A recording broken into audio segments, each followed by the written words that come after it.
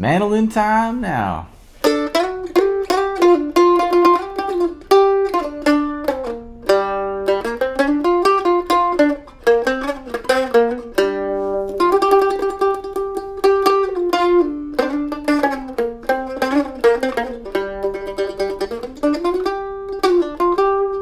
Okay, we're going to talk about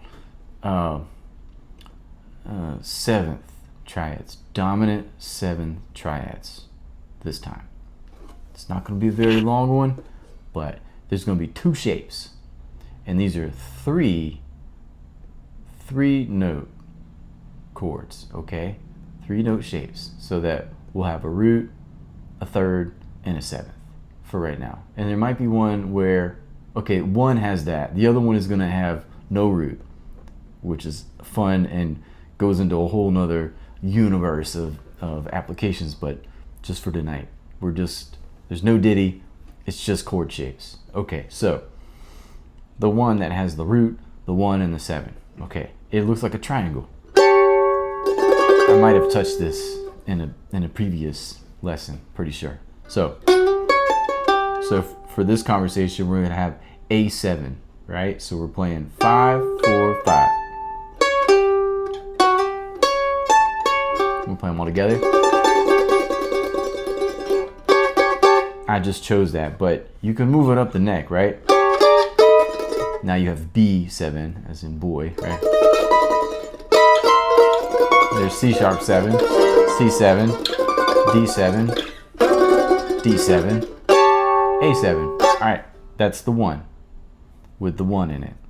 Looks like a triangle. Okay, the next one, we're just gonna drop 2 of these notes. It's gonna become a different chord though, okay? So we're going from A7 here, and we're gonna move the middle finger and the index finger down half step. So 4, 3, 5.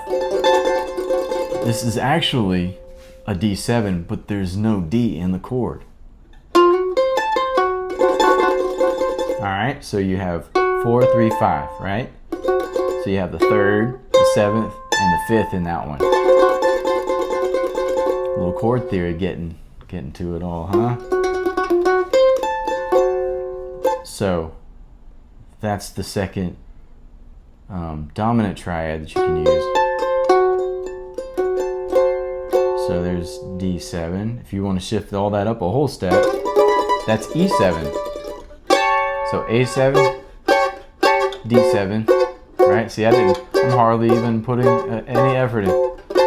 So A7, E7, D7, A7.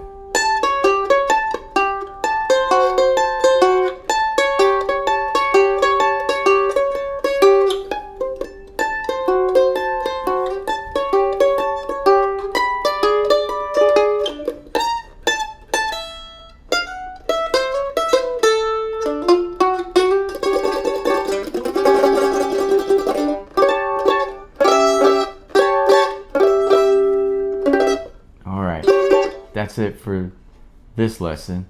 The triads that are dominant 7s or have dominant 7 application. Right, one's like a triangle, one's like almost a triangle. All right, you can use these shapes all up and down the neck. And one little trick for that, I think, is good to know. So if you know that your root note is on your top string, once you've memorized all the notes, and I do recommend you memorize all the notes on the fingerboard, and way you can you can begin to apply your music theory and your chord and harmony theory, right? We all want that. No harm in learning it. It's very easy.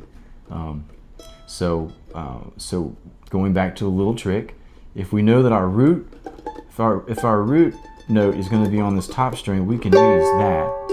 We know we're going to use that triangle. It never changes, right?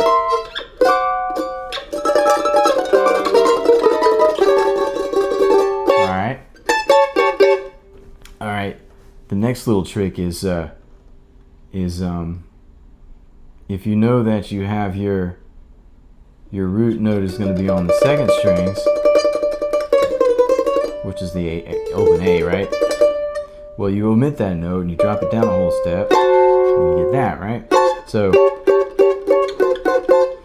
anytime you know you have your triangle and you drop down a half step for these two notes here, your middle finger and your index, when you drop that, you know that you have your four of the chord you're playing, right? So A7, D7, A7, right?